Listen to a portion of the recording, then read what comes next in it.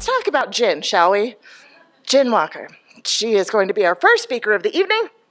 And a couple facts to know about Gin. By the way, I ask really awkward getting to know you questions to all of the speakers. So this is what we know about Gin. She is embarrassingly bad at high altitude baking. Her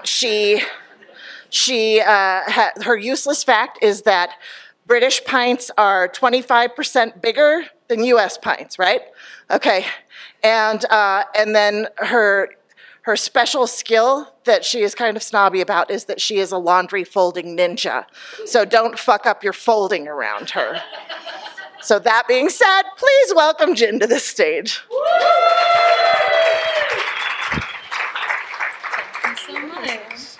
All right, hi guys. Okay, I've totally forgotten what I wanted to talk about. Oh, look, a reminder. Oh, yeah, from the beginning of time, I was told by my mother that I'm no good with balls. And maybe she had a point. Look, that one's gone straight past me. Rubbish. Total rubbish. But anyway, whatever the reason, because mothers are to be believed without question when you're a mini person, I totally accepted her assessment. And by extrapolation, pretty much from birth, I thought I am not a sporty person at all. And so whenever it came to any kind of physical activity, you know, dancing, juggling, sports, I just didn't even try. I just played the clown. And yes, that is an inflatable swan on my head.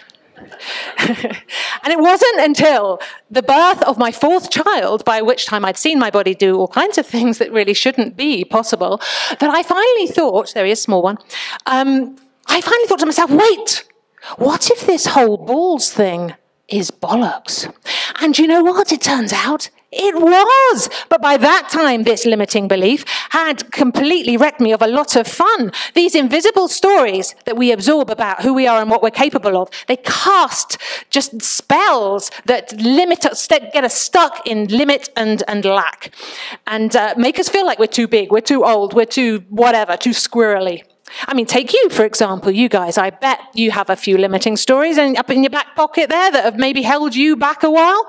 But no, maybe you don't, or at least you're not aware of them, because this is the truth of the matter. Most of us don't know that we are trapped by these limiting belief spells, just as a fish doesn't know that it's wet. But while we are encased in these transparent enchantments, we literally can't feel the opportunities for us that are there outside.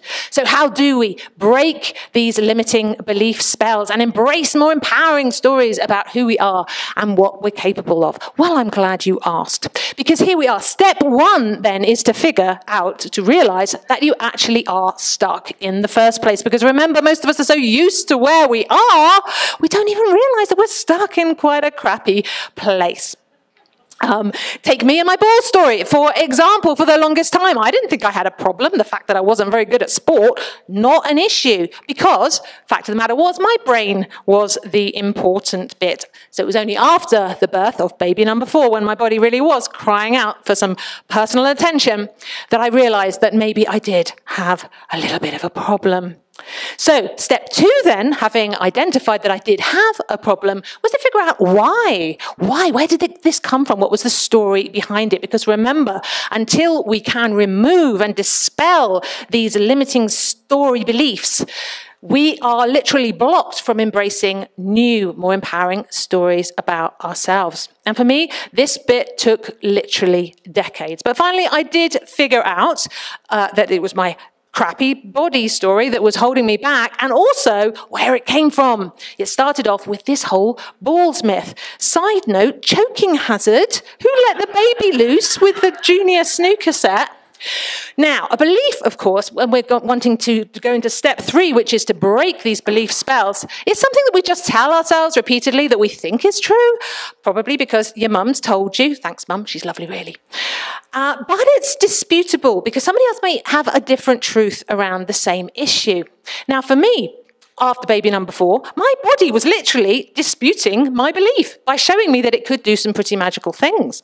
And so I was ready to break the spell and get into step 4, which is all about absorbing new stories about what who I am, what my body is capable of, and what I can put out into the universe. So that's when I started doing things like yoga and skiing and riding motorcycles and running and so on. And eventually I even became a fitness instructor, which totally blew my mind. But what is more amazing to me than all of this is that I literally feel like I have become a new person. Okay, I know that sounds like hyperbole. Basically, all I did was get up off my arse and do some exercise.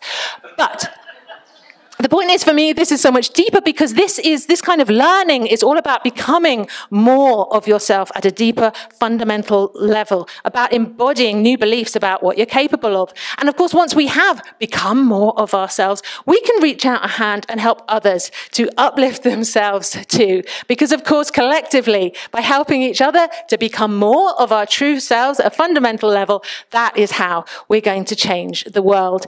After all, that is how I achieved ball mastery. And look, I've even tamed one there as my office chair. And just a little side note, that little pupper there is my little dog Guinness, who unfortunately died unexpectedly last night. So still quite fresh. But he's here with us all. Thank you, Guinness. I didn't mean to startle you. Just scared the shit out of Jen.